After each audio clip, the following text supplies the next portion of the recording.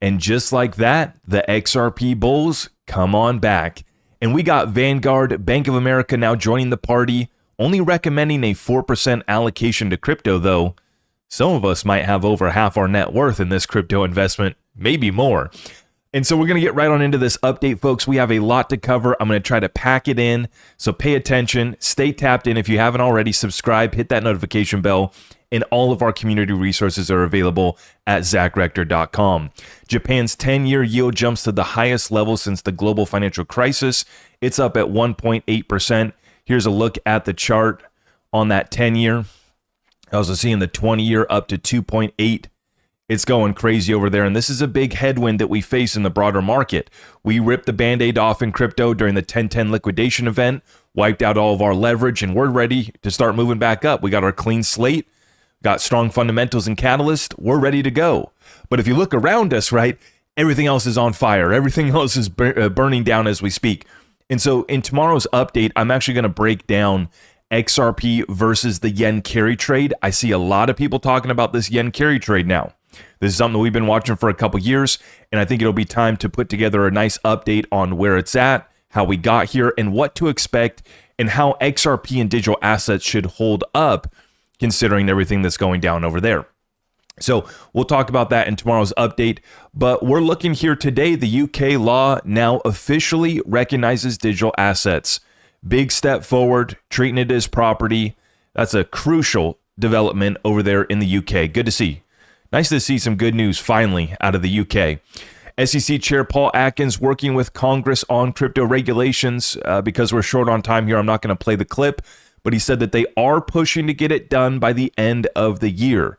So we're not going to hold our breath, but we do like to see it in the Clarity Act right around the corner. Even if it doesn't get done by the end of this year, Q1 2026, it's done. And we're looking forward to this one. No income tax at some point in the not too distant future. Run it. That at some point in the not too distant future, you won't even have income tax to pay because the money we're taking in is so great, it's so enormous that you're not going to have income tax to pay. Whoa, might have to raise our targets if that ends up playing out, folks. Watch out for that one. Now, like I said, Vanguard showing up on the scene, and this is just laughable, hypocritical at best, and just laughable the way that they have operated. And I'm talking about Wall Street in general. They shunned it. It's a pet rock. It's rat poison squared. It'll never have a place in our portfolio until they start to see the outflows. People say, well, if you're not going to let me invest in crypto, I'm going to move somewhere where I can.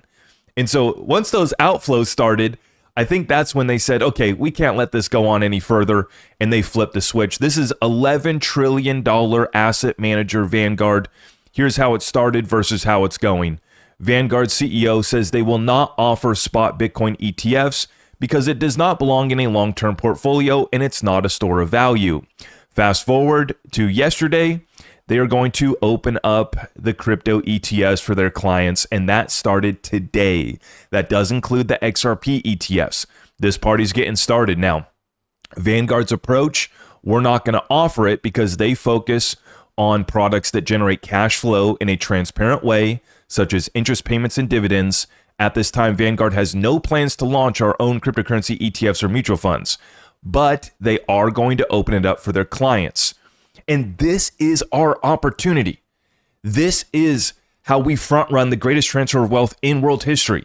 Let these old timers, all due respect, let these old timers on Wall Street in TradFi who think that if something doesn't have, cash flow, it doesn't have revenue, and we can't track it, it's not something worth investing in, right? This is something that they are still trying to understand. Despite the fact that, at Ripple Swell, they said that they've been studying this for decades, right? A lot of these banks and institutions that I was having conversations with and the conversations taking place up on stage, they revealed that they're all in this. They've all been researching it, yet you still have this stubbornness from Vanguard that we're not going to offer the product because, we focus on things that can generate some cash flow. I can tell you right now, might not be some cash flow, but, being up 500 to 1,000% on my investment from an ROI standpoint is pretty nice. Now, cash flow on XRP, that could be coming around the corner.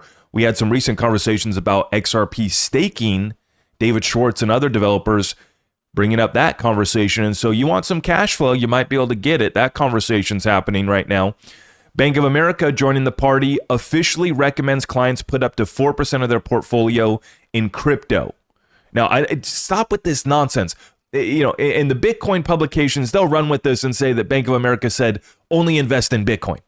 No, they've opened it up for everybody. Just like on the Vanguard platform, you can buy the HBAR ETF from Canary, you can buy the XRP ETFs, you can buy Solana, and you've seen the outflows from Bitcoin rolling on in to Solana and XRP ETFs as we speak. It is happening now.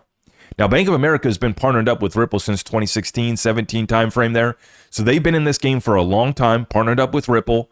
And we're kind of waiting to see the veil get lifted on what all is Bank of America going to end up partnering with Ripple on, right? This, I think, is going to look like basically white labeling the products and services that Ripple provides to these institutions. And then these institutions will turn around and offer it to retail, right? The customer facing end will come from the banks, but on the back end, it's going to be, a Ripple product that Bank of America just white labeled. And so we'll watch to see how that unfolds. But just moving off the sidelines from 0 to 1%, 0 to 4%, Rick Edelman, respected financial advisor on the street, says 10 to 40% is the move.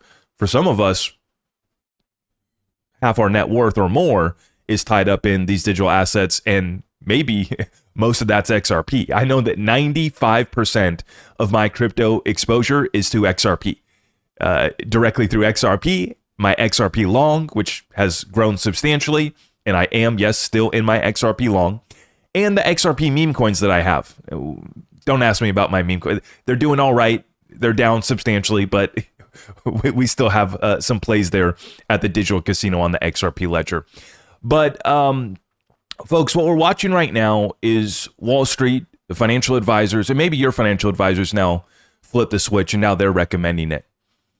And that's fine. What I've been saying is don't wait. Don't wait for the financial advisor. Don't wait for the $10 trillion asset manager to finally offer it to you, right? Don't wait for them to say it's safe. Do your own research and make your move today. Now, this is perfect timing because tomorrow we have a webinar from our partners at KKOS Lawyers. This is Mark Kohler's law firm. We recommend them for all legal and estate planning. They're linked up down below. Okay, the legal and estate planning link takes you right to their platform. You can set up a free 15-minute consultation. But I recommend you guys take a look at their platform for all your legal and estate planning. And if you're free tomorrow, you also can watch the recording. They're going to have a session focused on the solo 401k. Okay, this is Mark Kohler with his partner Matt Sorensen discussing the advantages of the solo 401k structure and outline how to take full advantage of the new 2025 tax credit available for solo K plans. And I will be setting up my 401k with them next year. And I will be rolling that over to our sponsor, iTrust Capital, who just put out this tweet this morning. The IRS just increased the income limit for Roth IRAs for 2026. I'm going to break this down in a separate video. But if you guys are looking to invest in crypto through your IRA, you can roll over an existing 401k, TSP, 403b, 457, or other retirement account to a crypto IRA with iTrust Capital. You also can get precious metals, and they do have the new product, the Premium Custody account as well.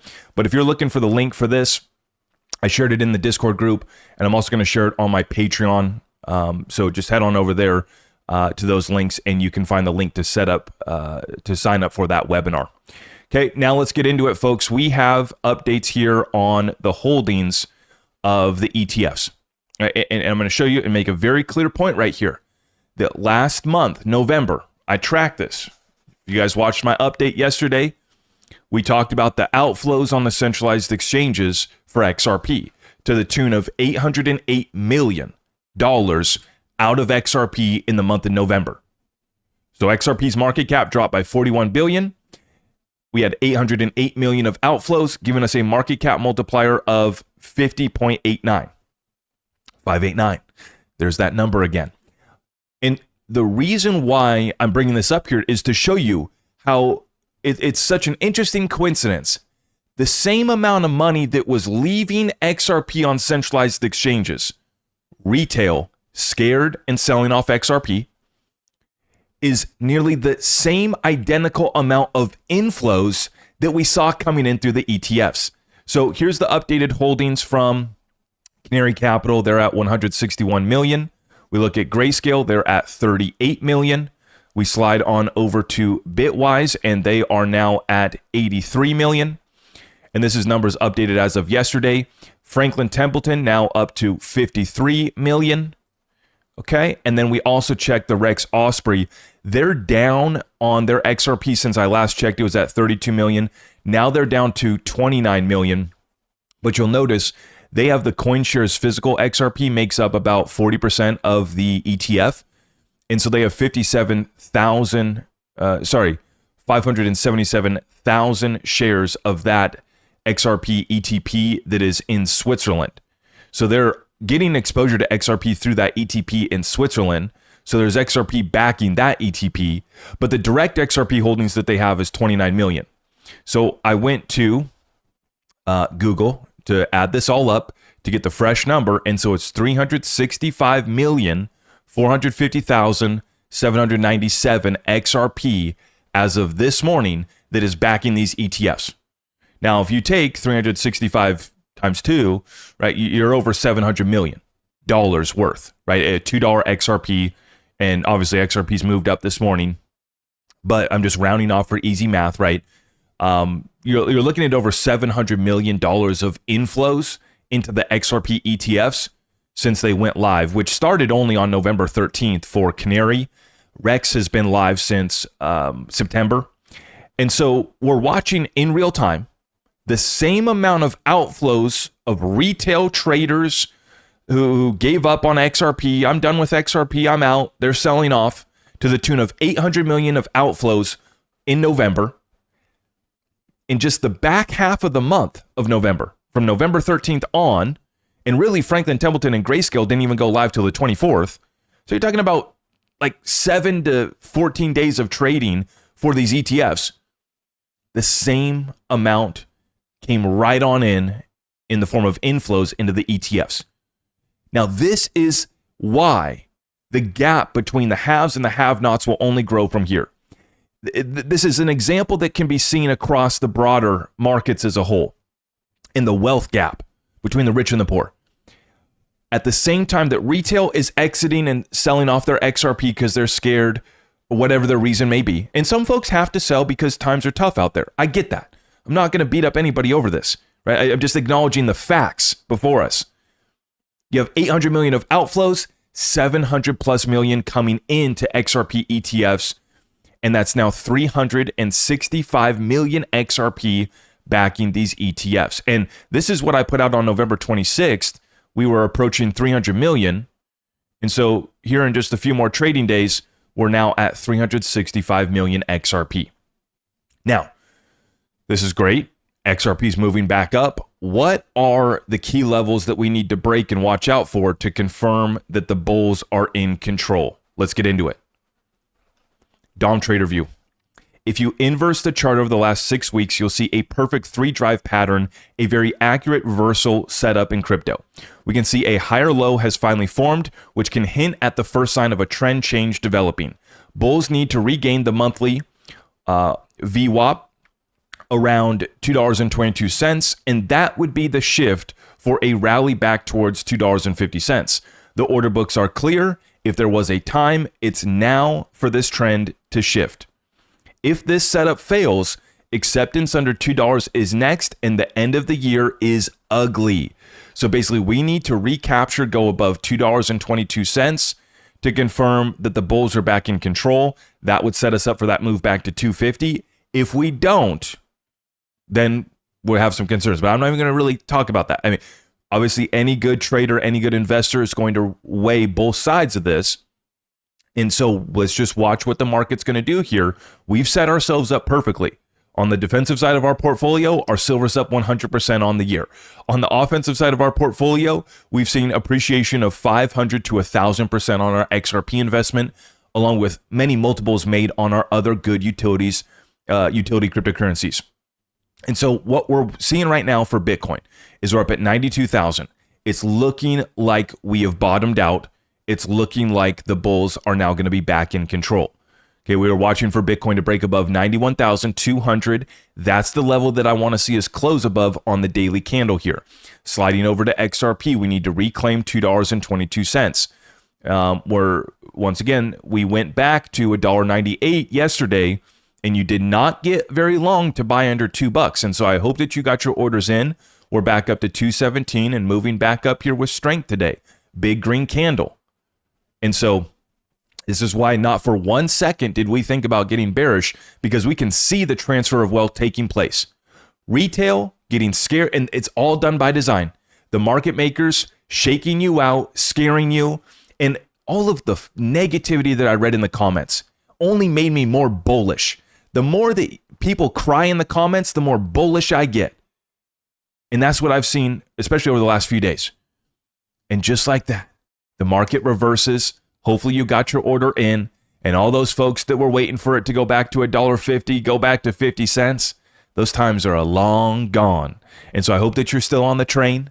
I hope that you got your bags packed, because it looks like the bulls are back in control. We'll have more content and updates coming later this week, though, so stay tuned. It's going to be a decisive week for these markets. Stay tuned. And all of our community resources are available at zachrector.com if you want to support the show. Thank you, and God bless you all. I am your host, Zach Rector. I really appreciate all of the love and support. If you want to support the channel, just remember that you can start by smashing that thumbs up for me, sharing this content far and wide, and everything else is at my website.